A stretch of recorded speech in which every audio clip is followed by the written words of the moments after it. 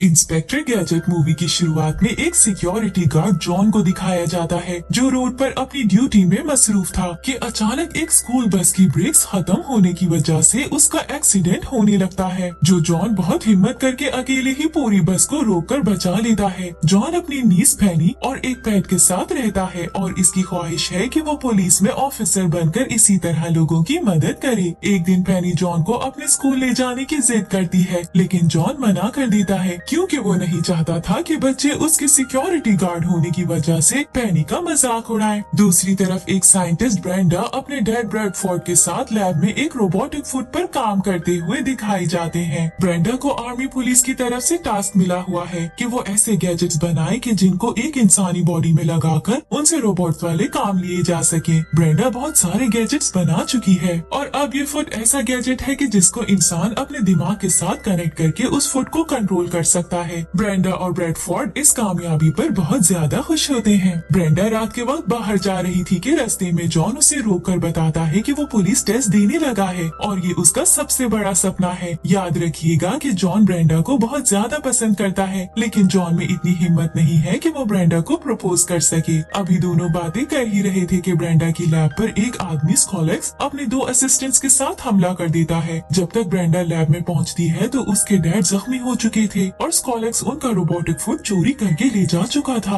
अब स्कॉलेक्स भी एक साइंटिस्ट है जो ब्रेंडा की तरह के ही गैजेट्स बनाकर अपनी एक इविल फोर्स तैयार करना चाहता है ताकि पूरी सिटी पर कब्जा कर सके। ये हमला देखकर जॉन अपनी गाड़ी पर स्कॉलेक्स की गाड़ी का पीछा करना शुरू कर देता है और आखिर में दोनों गाड़ियां आपस में टकरा जाती हैं। जॉन बुरी तरह जख्मी होने की वजह से हॉस्पिटल पहुंच जाता है, जबकि स्कॉलेक्स अपनी लैब में चला जाता है, लेकिन उसका एक हाथ भी कट चुका था। फिर स्कॉलेक्स हाथ की जगह एक रोबोटिक हैंड लगाने के बाद फुट को चलाने की बहुत कोशिश करता है, लेकिन कामयाब नहीं हो पाता। दूसरी तरफ ब्रेंडा के फादर मर चुके थे और जॉन की बॉडी की तकरीबन सारी हड्डियां टूट चुकी थी, यानी कि उसका बचना बहुत ज्यादा मुश्किल था। ब्रेंडा को अपने सारे गैजेट्स इंसानी बॉडी में लगाने के लिए एक इंसान भी चाहिए था, तो वो आर्मी के साथ मिलकर फैसला करती है कि वो सब गैजेट्स को जॉन की बॉडी में फिट कर देगी। इस तरह उनका एक्सपेरिमेंट भी हो जाएगा और जॉन की जान भी बच जाएगी। सब रोबोटिक पार्ट्स जॉन की बॉडी में डालने के बाद जब जॉन को होश आता है तो उसे कुछ भी समझ नहीं आता, क्योंकि उन पार्ट्स को कंट्रोल करना बहुत मुश्किल काम था। लेकिन ब्रेंडा को यकीन था कि जॉन इस बॉडी के साथ रहना सीख जाएगा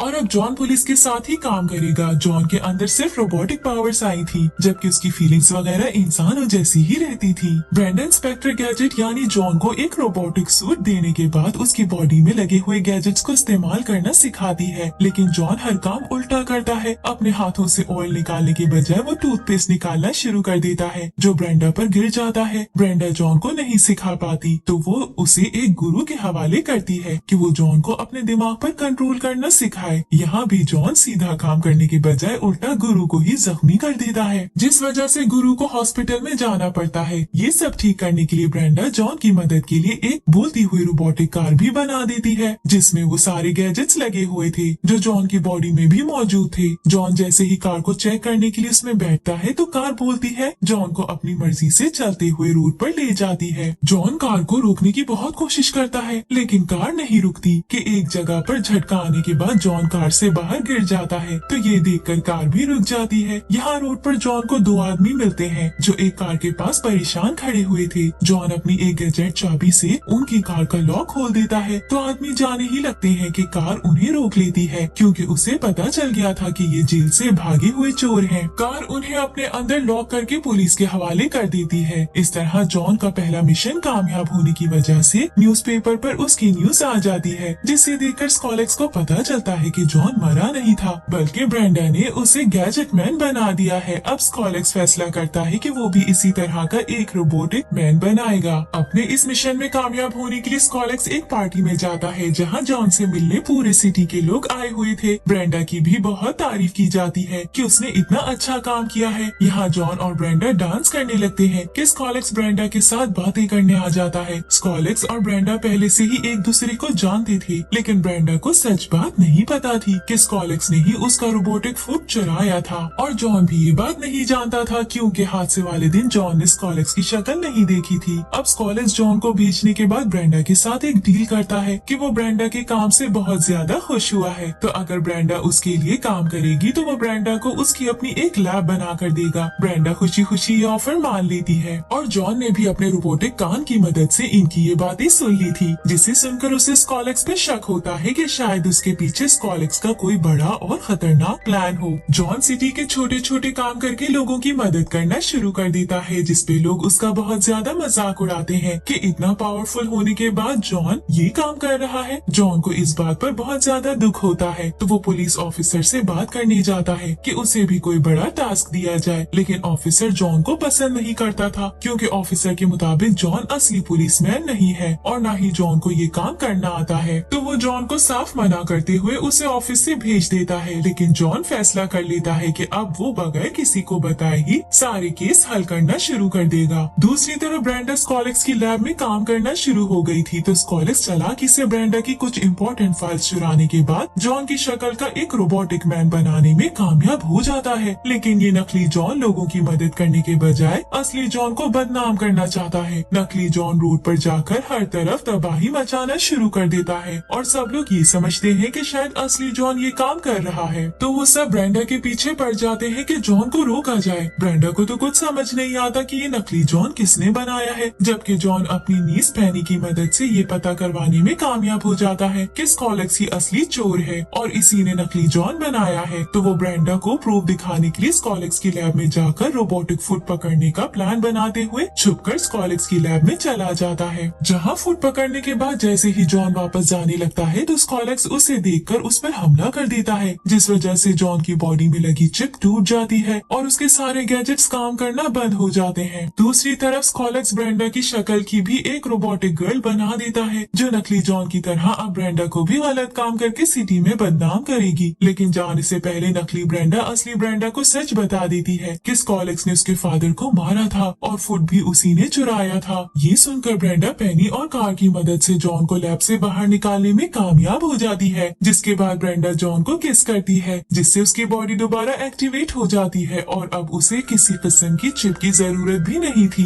जॉन स्कॉलेक्स को पकड़ने चला जाता है और ब्रेंडा कार में बैठकर स्कॉलेक्स की कार का पीछा शुरू करते हुए उसे क्रैश कर देती है। स्कॉलेक्स के पास जाने के बाद नकली और असली जॉन में लड़ाई शुरू हो जाती है, तो असली जॉन नकली जॉन के फंक्शंस खराब करने के लिए उसकी बॉडी से रोबोटिक हेड उतार देता है, तो बॉडी बगैर हेड के ही वहाँ से भागते हुए चली जाती है। अब सिर्फ स्कॉलेक्स रह गया था, जो एक हेलीकॉप्टर में बैठकर वहाँ से भागने लगता है, तो जॉन अपने हेड से गैजेट हेलीकॉप्टर फैंस निकालकर उतारते हुए स्कॉलेक्स का हेलीकॉप्टर तबाह कर देता है, जिसके बाद स्कॉलेक्स जमीन पर गिरने के बजाय जॉन की कार में गिर जाता है, तो कार उसे एक पिंजरे में बंद कर देती है, जबकि ब्रेंडा और जॉन उड़ते हुए कीचड़ में गिर जाते हैं। पेनी पुलिस को बुलाकर स्कॉलेक्स को उनके हवाले करते हुए जॉन के बारे में सब कुछ बताती है कि जॉन ने इस सिटी के सबसे बड़े चोर को पकड़ा है, जो अपने रोबोटिक मैन के साथ इस सिटी पर कब्जा करना चाहता था। ये सुनकर पुलिस स्कॉलेक्स को ले जाती है और जॉन को सैल्यूट करती है कि आज जॉन ने वो काम किया है जो कोई असली पुलिसमैन भी नहीं कर सका था। इंस्पेक्टर गैजेट मूवी के लास्ट सीन्स में दिखाया जाता है कि पूरी सिटी में सुकून है और जॉन और ब्रेंडा एक दूसरे के साथ बहुत खुश हैं। आपको ये मूवी कैसी लगी कमेंट सेक्शन में लाजमी बताइएगा।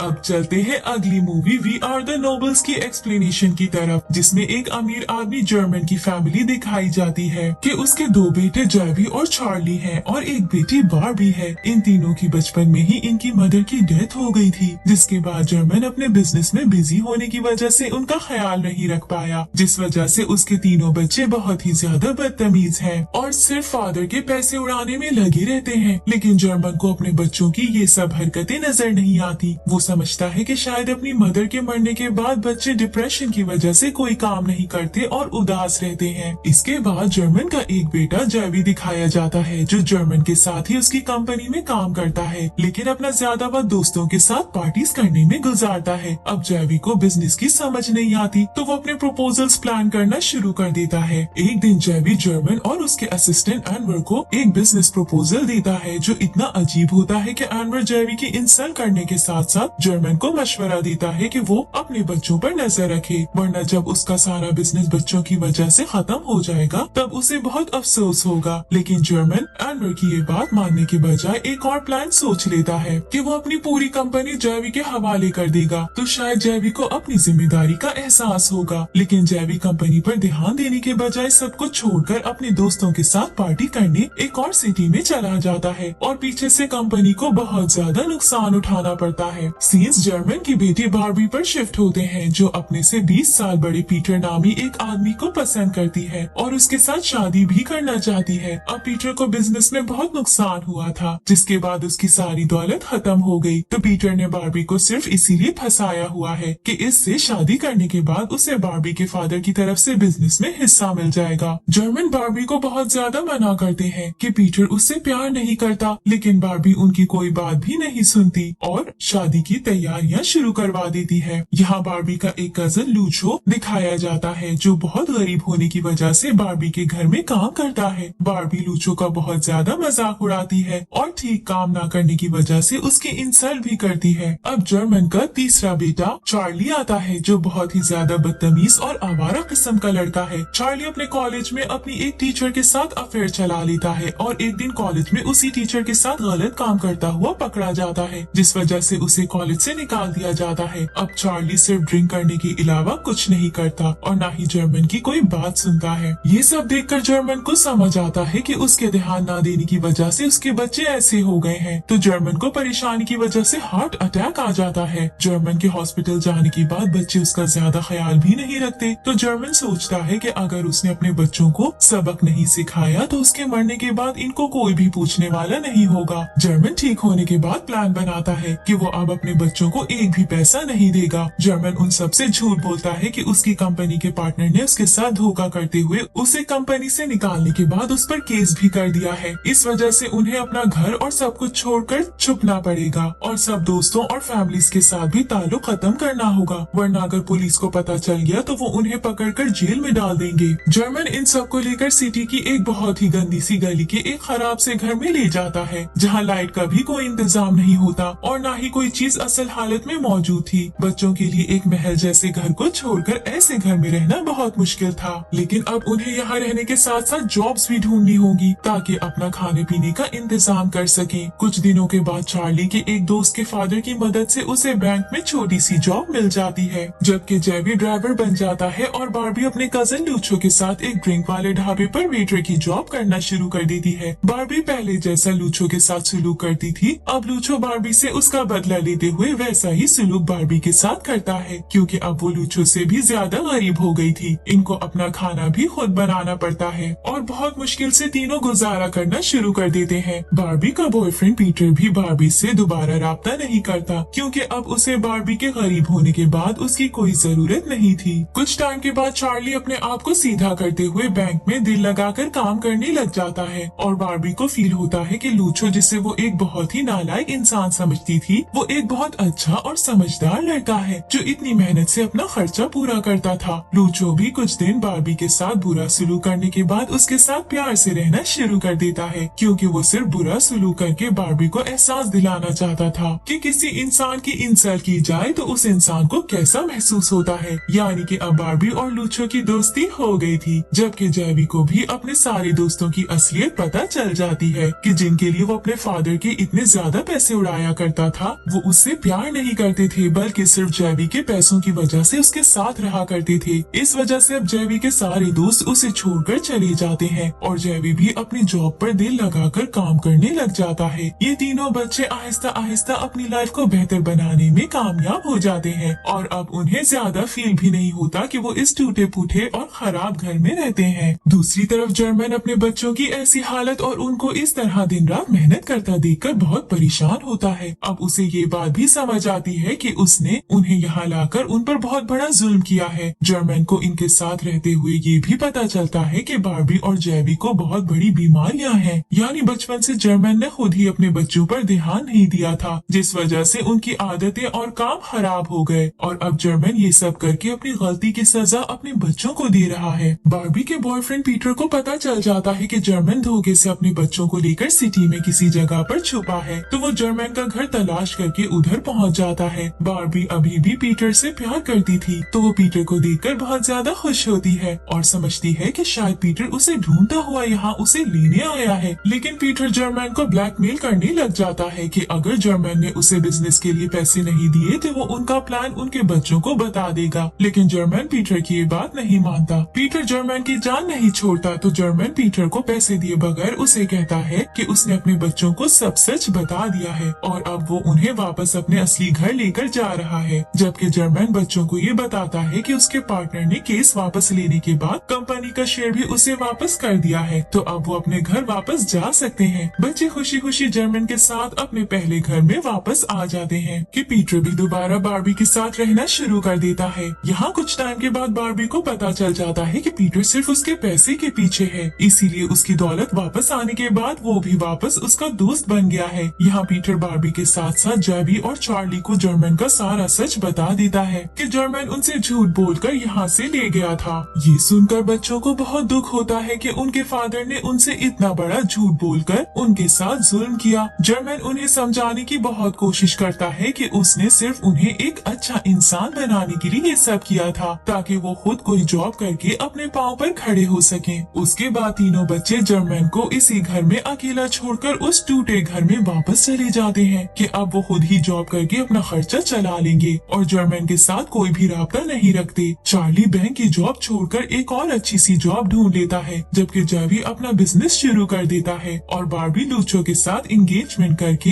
अपना रेस्टोरेंट खोल लेती है। वो तीनों मिलकर इस घर को भी तोड़कर नया घर बना लेते हैं और पीटर अपने बिजनेस लॉस को पूरा ना कर पाने की वजह से जेल में बंद कर दिया जाता है, जबकि दूसरी तरफ जर्मन बिल्कुल अकेला रह जाता है। अब उसे बहुत ज्यादा अफसोस होता है कि उसने अपने बच्चों को खुद ही अपने से दूर कर दिया है, तो वो उनकी याद में बीमार रहना शुरू हो जाता है। बार्बी की बर्थडे आती है तो लूचो, जेबी और चार्ली बहुत खुशी खुशी उसकी बर्थडे मनाते हैं कि जर्मन भी बार्बी को गिफ्ट देने घर के बाहर आता है। बार्बी जर्मन को देखकर रोना शुरू कर देती है तो जर्मन वापस जाने लगता है कि तीनों बच्चे जर्मन को अंदर बुलाकर गले लगा लेते हैं, यानी कि उन्होंने जर्मन को माफ कर दिया है। सब बच्चे जर्मन के साथ खुशी खुशी बार्बी का बर्थडे केक काटते हैं। इसी हैप्पी सीन के बाद मूवी की एंडिंग हो जाती है। Thank you for watching.